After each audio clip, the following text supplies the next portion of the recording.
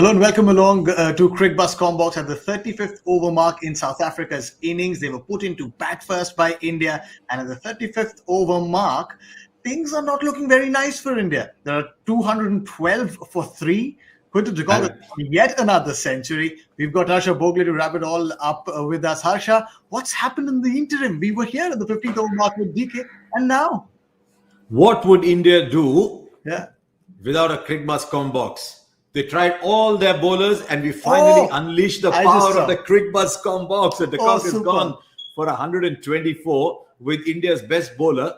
To be fair, Jayant Yadav did trouble the batsman a little bit, but he wasn't consistent enough. Wasn't always lucky with a couple of chances. I think Bumrah's been as good as he normally is on an absolutely flat deck. What South Africa have done really well here is once two batsmen got set, and this is something they've done right through the series. Once the two batsmen get set, they score big. So this partnership was 140 plus, 142, 143, thereabouts. Also, it came at run a ball. So they haven't just hung around. They've put the runs and they've put them up quickly, and they've laid a base for the hitters to come.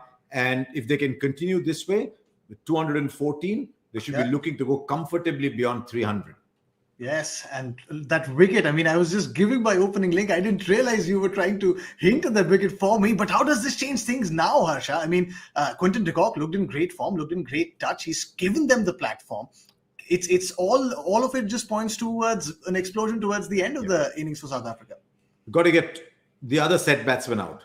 Going into the last 10, 12 overs, you got two new batsmen in. They're going to consume a few deliveries. That is where India's got a chance of bowling some quiet overs in.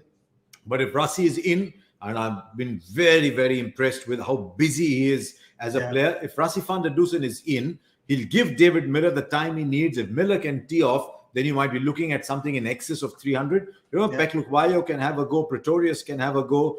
So there is a fair bit of batting to come. We've seen Maharaj as well. So wickets, as always, the key. But if you can get the set batsman out at this stage, that is the chance. But I'm afraid India have looked pretty directionless at times, you've got to admit. And then Shreyas Iyer came on for 2 overs, and I thought, okay. That was tough to watch. Shreyas wouldn't mind batting against himself. I wonder what happened. I wonder what happened with Virat. I mean, there was a time when Virat was perfectly fine to go to for a couple of overs. Yeah, correct. And it was not very good to see as well. Shreyas Iyer was trying his best, of course, but he was trying to bowl the leg spins, and they were converted into full tosses. Van der Dussen and Quinton de Kock had a piece of it. But Quinton de Kock in particular, Harsha, we have to talk about him. Ever since he's come back into the white ball series, post that break that he got in the test matches, he said he'll retire. How good has he been? Because here as well, it seemed like until that wicket came about, he seemed invincible. There were no answers that Indian bowlers had against him. He was tiring. You could see that. It's a very hot day in Cape Town. He was tiring. You could see that. And so he was starting to look for those deflections towards the end as well. So it may not be such a bad thing if he was tiring, but he likes playing against India. Then he's hit 600s against India. Started off with 3 back-to-back. There's some players that just seem to enjoy some bowling. And as it turns out, this is a beautiful track to bat on. So I think even from here, if India can keep them to 300, then they've got to believe with the extra batsman, the pure batsman coming in at number 6, they've got to believe they have the opportunity if they start stringing together partnerships, but they don't want South Africa to go too much beyond 300.